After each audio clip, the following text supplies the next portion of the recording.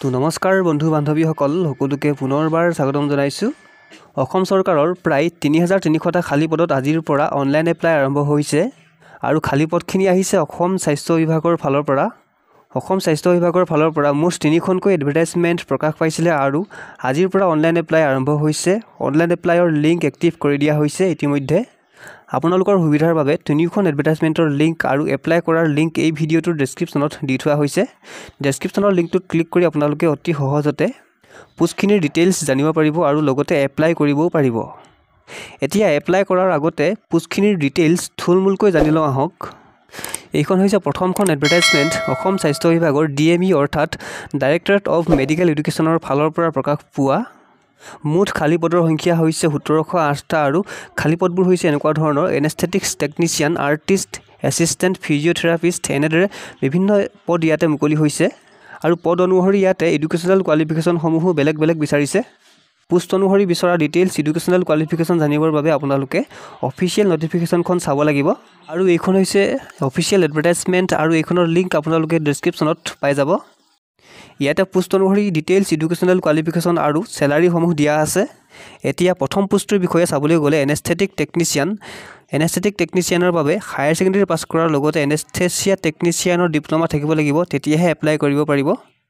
একেদৰে লেবৰেটৰী টেকনিচিয়ানৰ বাবে higher secondary pass কৰাৰ লগতে লেবৰেটৰী টেকনিচিয়ানৰ ডিপ্ল'মা থাকিব লাগিব, তেতিয়াহে এপ্লাই কৰিব পাৰিব। যিহেতু পোষ্টখিনি টেকনিকেল পোষ্ট হয়, গতিকে সকলো পোষ্টৰ বিপৰীতে ডিপ্ল'মা থাকিব লাগিব, তেতিয়াহে এপ্লাই কৰিব পাৰিব। সকলোখিনি পোষ্টৰ বাবে পে স্কেল হ'ব ১৪,০০০ৰ পৰা ৭০,০০০ টকা আৰু গ্ৰেড পে হ'ব প্ৰত্যেক পোষ্টৰ বাবে বেলেগ বেলেগ। এপ্লাই কৰাৰ আগতে আপোনালোকে এই এডভাৰটাইজমেণ্টখন ভালদৰে চাই ল'ব আৰু তাৰ পাছতহে এপ্লাই কৰিব। মই গোটেইখিনি পোষ্টৰ কোৱালিফিকেশ্যনসমূহ ক'বলৈ গ'লে ভিডিঅ'টো অতি দীঘলীয়া হৈ যাব, গতিকে মই ইয়াতে সামৰিছোঁ আৰু কিবা জানিবলগীয়া থাকিলে আপোনালোকে কমেণ্ট কৰিব। বয়সৰ ফালে চাবলৈ গ'লে আনৰিজাৰ্ভসকলে ১৮ৰ পৰা ৪০ বছৰ বয়সলৈকে পাৰিব। OBC MOBC সকলে ১৮ৰ পৰা ৪৩ বছৰ বয়সলৈকে পাৰিব।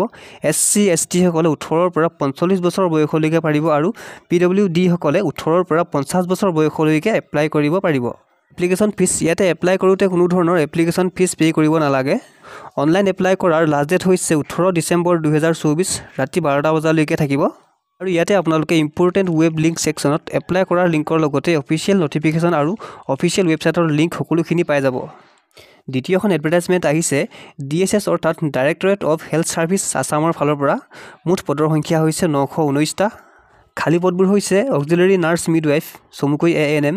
মুঠ খালী পদ হৈছে ১৮১টা। ষ্টাফ নাৰ্ছ খালী পদৰ সংখ্যা হৈছে ৪৪৬টা আৰু ষ্টাফ নাৰ্ছ ক্ৰিটিকেল কেয়াৰ খালী পদৰ সংখ্যা হৈছে ২৯২টা।